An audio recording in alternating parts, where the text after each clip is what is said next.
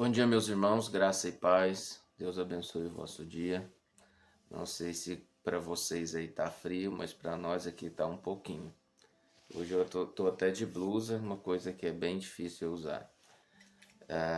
Hoje, quarta-feira, estamos no nosso terceiro dia da nossa série sobre a prisão de Jesus e hoje vamos falar sobre as manobras mundanas. Eu virei aqui para ler o que eu tinha escrito, que eu falhou aqui na hora. As manobras mundanas. E nós vamos basear este tema em João 18, do verso 12 ao verso 14. Vamos fazer a leitura.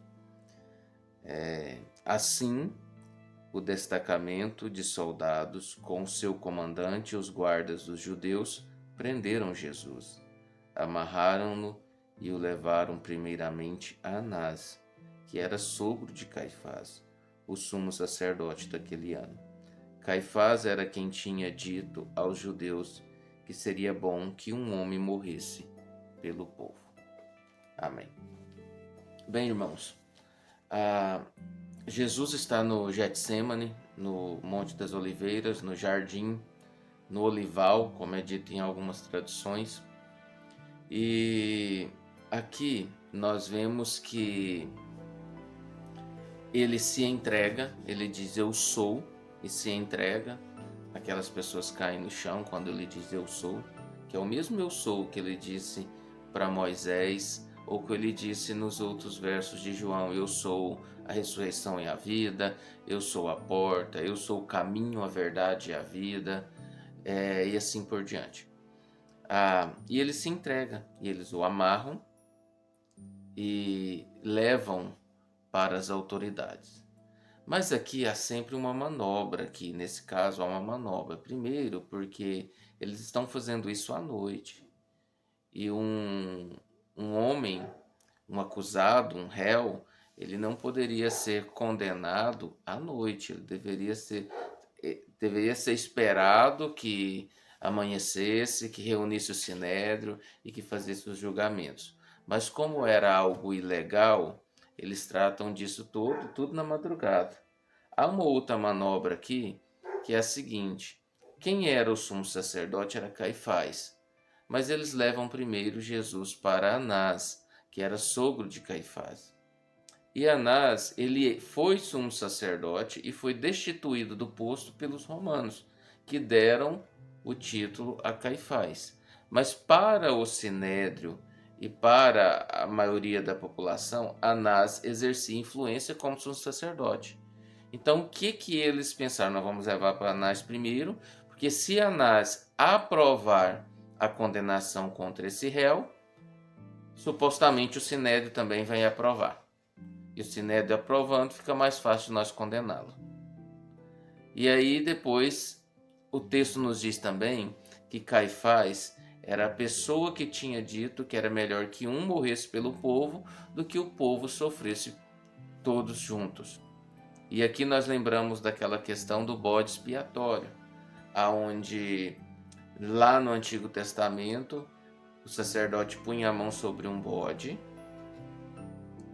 e deixava ele embora para o deserto, e o outro ficava para ser sacrificado.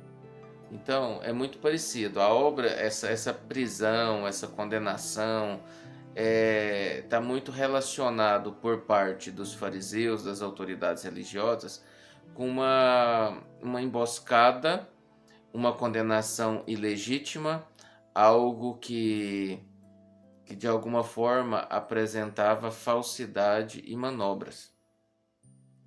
Tudo ficou girando em torno de acusações falsas. Nós vamos ver que em outros textos do Evangelho diz que levantaram-se testemunhas falsas, diz também que aquelas acusações que foram levantadas a respeito do templo não tinham fundamento para condenação. E depois eles perguntam para Jesus se ele era o rei dos judeus. Ele diz que ele, sim, que ele veio para aquilo. Eles rasgam as vestes, faz todo um barulho, houve aqui uma blasfêmia. Só que eles não poderiam condenar alguém para a morte. Eles não tinham autoridade para a pena de morte. Quem tinha autoridade para a pena de morte eram os romanos. Então eles precisavam criar um alvoroço. Eles precisavam criar um certo desconforto social e político para que os romanos intervissem. Então eles estão manobrando isso aqui nessa madrugada. Passa por Anás, vão levar para Caifás, eles precisam reunir o Sinédrio, eles precisam ganhar tempo até de manhã para conseguir o aval de todo o Sinédrio, para depois entrar em contato com os romanos. Eles precisavam motivar a população àquele fim. Então tudo aqui tem uma manobra mundana. E olhando na nossa visão de fé e prática sobre esse assunto, nós vemos que nós não somos muito diferentes desses fariseus. A maioria das vezes, quando nós queremos algo, quando nós queremos alcançar um fim, nós fazemos manobras, nós subornamos, nós mentimos, nós compramos, nós vendemos, nós damos volta em situações para chegar à nossa vontade pessoal. Nós vemos isso acontecendo em várias circunstâncias e em vários momentos. Muitos de nós fazemos isso constantemente, diariamente. E isso é uma prática da nossa natureza pecaminosa que está entranhado em nós. E nós temos que lutar em Cristo para não vivermos nisso.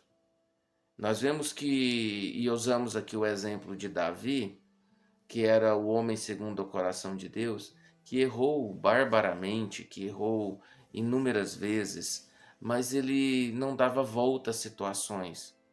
Ele não tentava ludibriar ou arrumar circunstâncias, manobras. Ele ia direto: olha, eu errei, eu falhei, eu fiz isso, me perdoa, eu aceito essa punição, e assim por diante. Nós vivemos hoje um momento, desde das autoridades que nós vemos hoje regendo o país, até dentro da nossa casa, nós vemos muitas vezes essa circunstância. Vamos dar um jeito aqui, vamos dar um jeito ali, vamos manobrar essa situação aqui. Eu lembro que em 2005, 2007, quando eu fui tirar o meu primeiro visto, quando eu ainda morava em Portugal, eu fui tirar o meu primeiro visto na embaixada em Brasília. E um rapaz de Palmas que estava na minha frente, ele tentou subornar o cônsul para conseguir o visto. E ele saiu de lá escoltado com dois seguranças ou policiais e puseram para fora. Não chegou a ser preso, mas puseram para fora da embaixada. E quando eu entrei para a entrevista, a cônsul falou assim para mim: vocês deveriam parar com esse jeitinho brasileiro, porque não vai levar vocês a lugar nenhum. Era uma portuguesa, ela me disse desse jeito. E é interessante isso. Essa ideologia, ela não nos leva a lado nenhum, como não levou esses fariseus, não levou esses saduceus, que nós vemos que depois do ano 70, os romanos destroem Jerusalém e matam a maioria da população, e as que ficaram dispersaram para outros países. E não adiantou muito o que fizeram, mas cumpriu a vontade de Deus para a minha vida, para a sua. Então o que nós devemos fazer hoje? Deixe essas manobras, viva a vida com Cristo verdadeiramente, dentro de uma realidade que é a sua daquele momento, sem deixar que essas corrupções te corrompam. É a melhor coisa que podemos fazer hoje. Que Deus lhe abençoe. Vamos orar? Pai, que o Senhor aplique essa palavra em nossas vidas, que o Senhor nos ajude a viver em paz, corretamente, dentro de uma realidade santa. Nós pedimos ao Senhor que tire de nós corrupção, mentira, avareza, manobras, e nos ajude a viver dentro daquilo que agrada ao Senhor, que a Tua palavra nos instrui. Aplica a Tua palavra em nossas vidas, no nome santo de Jesus Cristo. Amém. Meus irmãos, um abraço fraterno para todos vocês, no nome santo de Jesus Cristo.